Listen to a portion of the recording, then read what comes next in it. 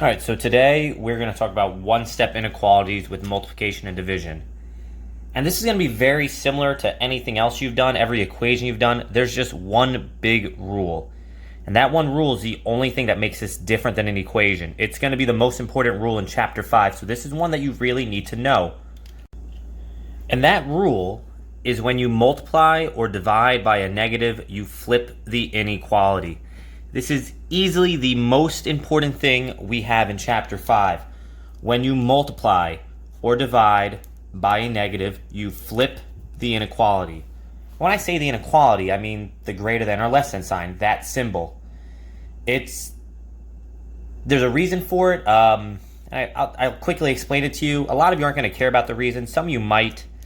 And I do care about those of you that might. If you don't care about the reason, then you could just fast forward the video to whatever time I just post on here right now, okay? But if you care about the reason a little bit, you might want to watch this. The reason is really simple. When you divide or multiply by a negative, the sign's going to change. So when you divide, for example, 5 by negative 1, it becomes negative 5. When you divide negative 5 by negative 1, it turns into a positive. So whenever you divide or multiply by a negative, the sign changes. So we all know numbers like 5 and 3. 5 is bigger than 3. That's always been true. 5 is larger than 3, so that gets a greater than sign. But if you divide or multiply by a negative, these signs would change and you'd get something like negative 5 and negative 3. This is not the same. If you remember the number line, negative 5 is actually smaller than negative 3, so the sign would have to flip to make sense still. That's why when you divide or multiply by a negative, you flip the sign. Because on the number scale, numbers are different. And here's the number line in case you forgot. Like I said, you can kind of see it on the number line. You know bigger numbers go to the right, small numbers to the left. And you can see, once again, 5 is bigger than 3. That's why it's on the right of it. But here, the negative 5 is to the left, so that makes it smaller. And once again, that's the reason why we end up flipping the sign. Super simple idea, very easy to mess up. I'm going to give you some problems, we're going to go over them, and we'll talk about some of the mistakes that happen with that. So here's 2x is less than negative 6. Once again, you all have solved equations. It's pretty straightforward. We divide by 2, divide by 2. This is now x less than negative 3. Now I didn't flip the sign here because what I divided by was 2. And it's only when you divide or multiply by a negative that you flip the sign. I divided by 2, so there's no sign flipping. So x less than negative 3. Once again, we get my graph. There's 0, 1, 2, 3. Open circle. Going to the left. Because it's less than. It's smaller. X is smaller. Mouth is open to negative 3. That's our first example.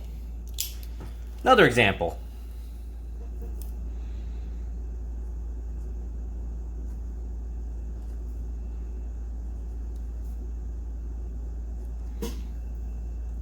X greater than or equal to, or x over 4 greater than or equal to 7. Once again, it's x divided by 4. To get rid of divided by 4, I would do times 4. Whatever I do to one side, I do to the other. These cancel out. I now have an x greater than or equal to 28. Now the graph for this, once again, I'm not going to draw 27 marks. We're going to slide that up a little, give me a little room. We have our graph. There's 0. Here's 28. Just for the hell of it, I'll put a 14 in the middle. 28, we can see there's a line under it. That means greater than or equal to, so a closed circle. X is the bigger number. I know that because the mouth is open to x. Bigger number goes to the right. And there's the graph for x greater than or equal to 28. So if you notice these one steps, they're not anything crazy. It's the stuff you did in Chapter 2. It's just now we have to keep track of these greater than less than signs and draw this little baby graph. Okay, not anything crazy, little baby graphs. Now, next up. So now we're going to get some negatives involved. So I'm going to have negative 3x less than negative 12. Same thing we always would do. We want to get x by itself. We're going to get rid of this negative 3. To get rid of negative 3 times x, we divide by negative 3. Whatever I do to one side, I do to the other. That cancels out. Oops. I'm now left with an x.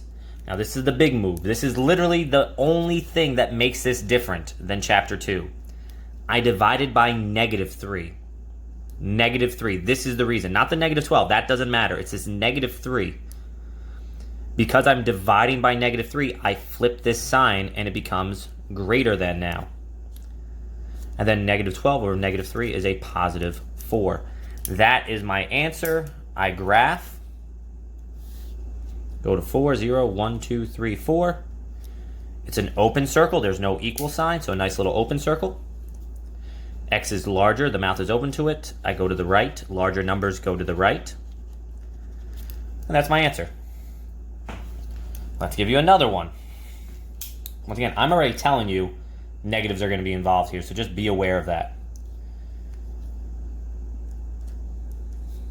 -x/2 greater than or equal to 7.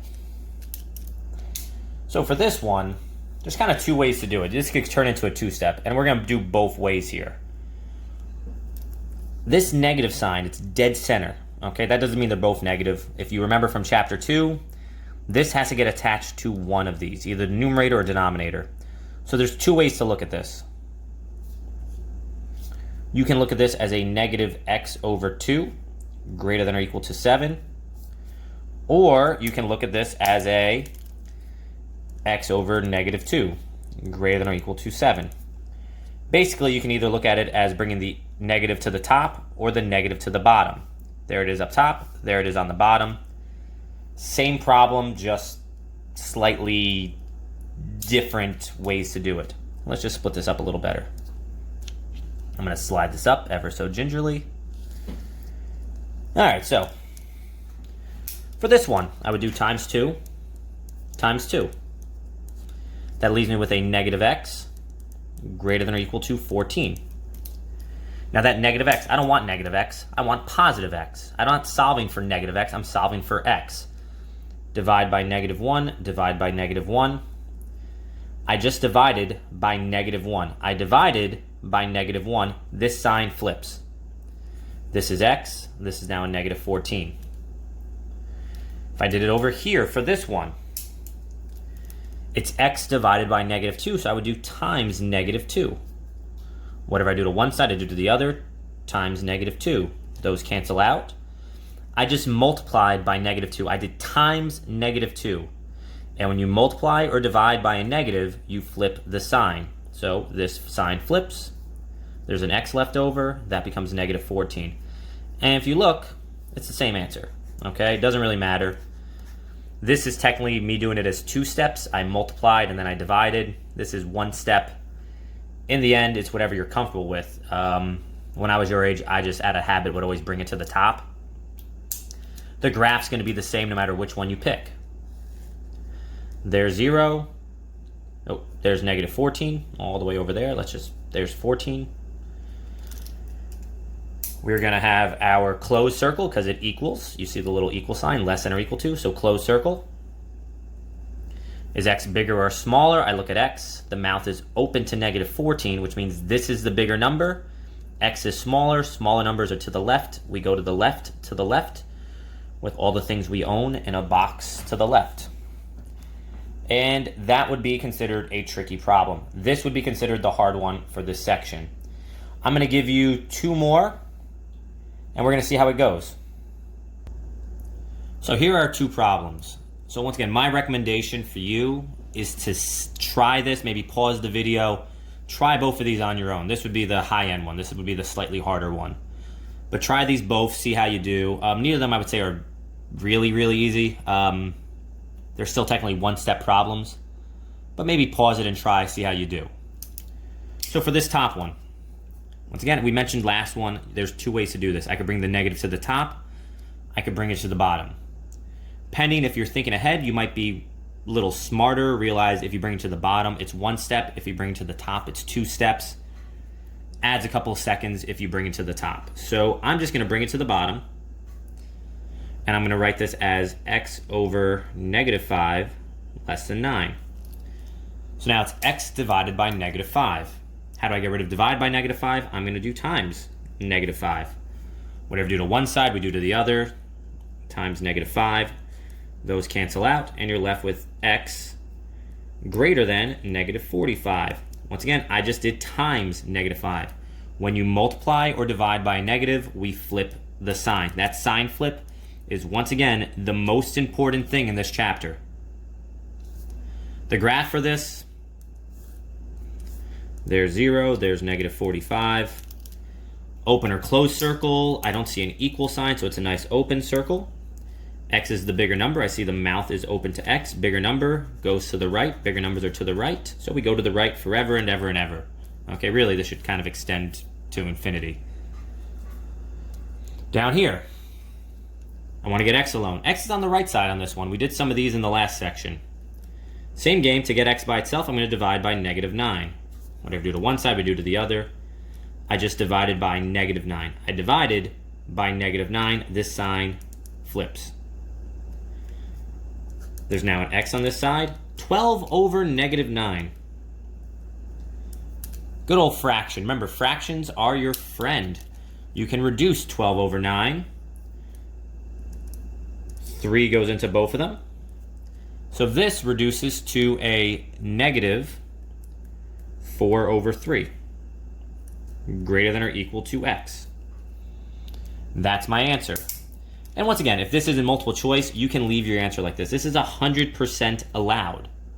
However, your graph, because it's on the right side, you have to know what it means. Where is -4/3? Well, 1, 2, 3, 4. Some people get a little screwy with this, with negatives. If you actually divide this on a calculator, you'd get -1.3 repeating. All right, we'll move this up a little. And if you get -1.3 repeating, what happens is some people, for some reason, put it over here because they're so used to the positive number line where it's 1, 2, 3, 4. Just be aware -1.3 would be somewhere over here. Okay? It's going to be a closed circle